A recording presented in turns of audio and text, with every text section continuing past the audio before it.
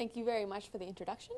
As you said, my name is Diane Watson, and I'm here to talk to you about my paper, The Design and Evaluation of a Classroom Exergame. And this was done with Regan Mandrick and Kevin Stanley from the University of Saskatchewan. So the problem that I'm trying to solve is that we only have so much time in the day, in the school day, to balance the emotional, physical, and academic needs of students. For example, regular physical activity has many benefits, including an increased attention span, but classrooms only have so much time for phys ed, and that time seems to be shrinking all the time. So we also know that games can be motivating as well target sedentary behavior. So my solution is to create a fun, physically challenging game that can be reconfigured to multiple types of classroom content. And we did this using the Microsoft Kinect, the Wii Fit board that you stand on, and we also got some Exerbikes that you plug into a computer with a USB. So that's how we sense the exercise in this project. So we have made this game called Vortex Mountain, and this is the mandate of the game. It goes, "Oh no, a computer virus is going to destroy Earth. You must travel to Vortex Island using a time vortex and collect the passwords to several computers. Only then can you save the world." So that's the mandate of the game. So how do you collect the passwords to these computers? Well, what you do is there's a hint at the top of the screen, and then you play several mini games, one per computer, to collect the passwords. So in this mini game, it's called Balloon Pop, and what people do is they would use the Kinect and they'd shuffle left and right to move the dart at the bottom of the screen, and they do a jumping jack to fire, and then they crouch to reload and get another dart, and they'd have to spell out the word as the balloons float past. So we also had Snake. So this is a very classic game. The snake moves around, it collects things. As it collects something, its tail gets longer, and you have to avoid rocks, its tail, and the side of the screen. Originally this game was supposed to be controlled to use your hands to point the snake in the right direction, but it turns out that children have shorter arms than adults. So who knew? A surprising fact. So when we actually went to run the study, we had to use a keyboard control because the Kinect just couldn't detect children's arms the same way. So. We also had snakes and ladders. So here you do jumping jacks to climb up a ladder. You move it's a platformer, so you move left and right by shuffling. And you crouch to fall down a snake. And this is a maze. The letters are put in so there's only one correct path that you can take. So if you fall down the wrong snake, oh no, you have to collect the wrong letter and you've misspelled the word. We had whack-a-mole, so you move left or right by shuffling and you crouch to whack the moles really hard, and they pop up with letters all the time, and you have to spell out the word again using whack-a-mole. And then this one's my favorite, the next one. So this one's flashlight. So this is a two-player game. Someone is on an Exerbike pedaling really hard. They power your flashlight so you can see in the dark. And there's letters bouncing around the screen and a question, and you have to use the flashlight to find the question and then find the letters in the correct order using the mouse on the computer. So this one was a two-player game and lots of fun. So I've already mentioned there's ways to fail. You can pick up the wrong letter. You can hit the wall and snake. So what happens if you don't get a question right? Well, you try again, but you can't just try again. You have to save the world, and there's only so much time. So what you do is you have to climb up Vortex Mountain, get to the time vortex, go back a few minutes in time, and then you can try again. So to climb up Vortex Mountain, all 4 team members had Wii Fit boards in front of them, and they had to left foot, right foot, and actually do aerobic step exercises, which we detected and using the Wii Fit board, and get all the way to the top of the mountain. And it's a bit of a race, of course, because kids make anything a race. And all 4 people, when they're at the top, they can use the time vortex and go back in time.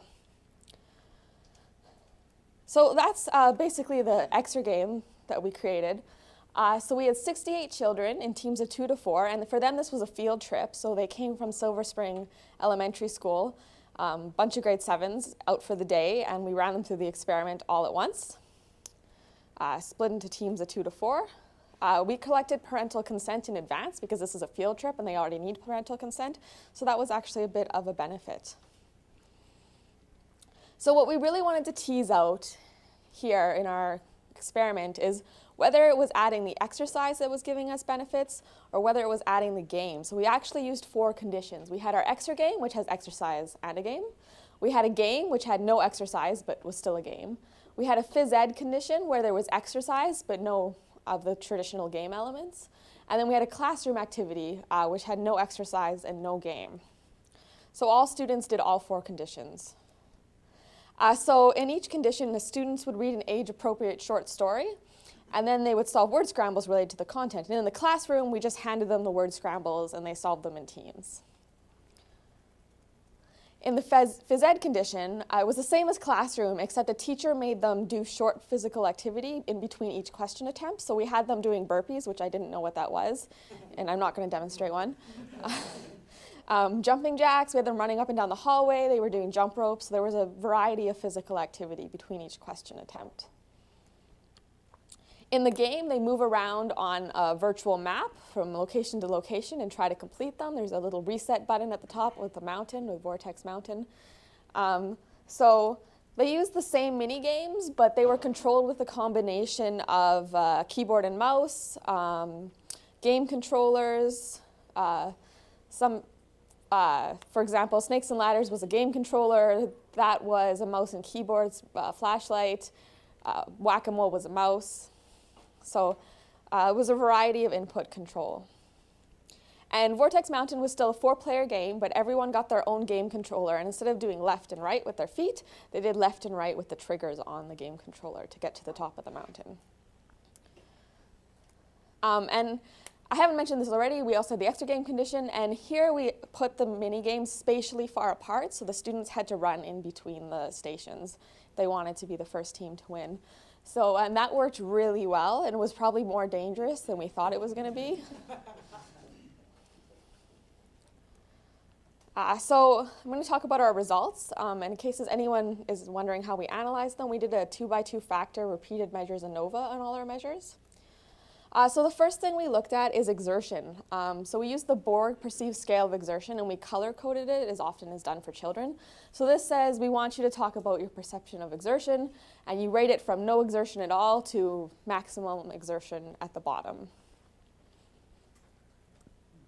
And so what we found, and this is a really great result, is that adding exercise increased exertion, which is good. So people were actually exercising.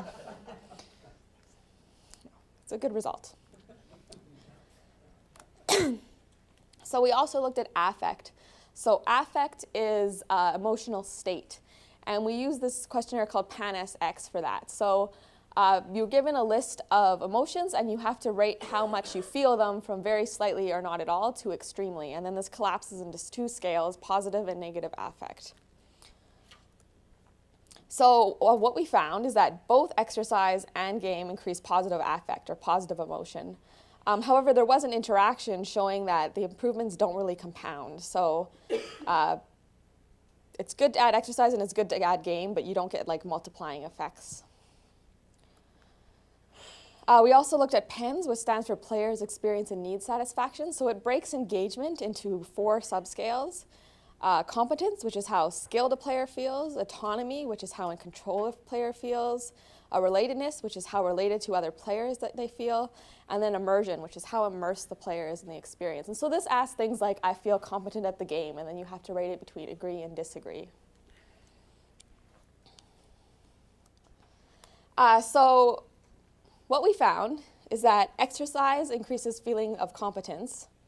Well, game doesn't, so that's good. People actually felt more skilled when they were exercising. Exercise and game increase feelings of autonomy, so you feel more in control when you're exercising and more in control when you're playing a game. But there was an interaction again, so that these things don't add up onto each other. And people's feelings of relatedness to other players improved with exercise. So when they were exercising, they actually felt more in touch with the people that they were around. So when it came to immersion, adding exercise and adding a game increased feelings of immersion, and there was no interaction. So in this case, it actually did compound. Adding both of them was better than adding just one. So the other thing we did is we quizzed them on the game content after they had done a condition. So this was just a short quiz of all the questions that they had been exposed to, just to see how much of it they had retained from the condition. And of course, these questions were related to the age-appropriate short story they read. So first of all, participants playing the game got a lower number of correct responses. It dropped. And at first we went, oh, that's too bad. But then we realized that no one actually finished the game and no one actually finished the Exergame. We just didn't allocate enough time in the day because we only had the students for so long. So what we did is we normalized the results by the number of questions they were exposed to. So if they were only exposed to 6 questions, we normalized by 6. And then we find that adding the game actually increased the participants' score. So this is probably due to repetition of content. So if they failed at snake, they'd see the same question over again when they tried it again. So in general, adding exercise or game interventions shows increases, but these effects don't really add up on each other. They don't compound. So if they don't add up on each other, why do you want to have a game and have exercise in the same intervention? So first of all, there's automatic repetition of content. Once you set the game up, it works for all the students. Everyone gets it. And if they mess up and make a mistake, it automatically shows them the question again.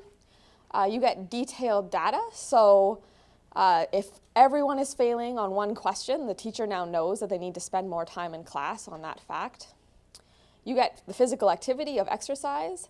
And finally, we made our game to be reconfigured to multiple types of content. So we used English comprehension here as our test, but it's not so hard to imagine that these were chemistry questions. And it's not so hard to imagine that in whack-a-mole, instead of hitting letters, you're hitting numbers to answer a math question. So you can actually put lots of types of content inside this game. So our main contribution is that we describe a novel system, a classroom exergame, and through a controlled study, we show that our exergame shows similar affective and engagement benefits to an exercise or game intervention, with the added ancillary benefits of having both at the same time. And I'll take any questions now.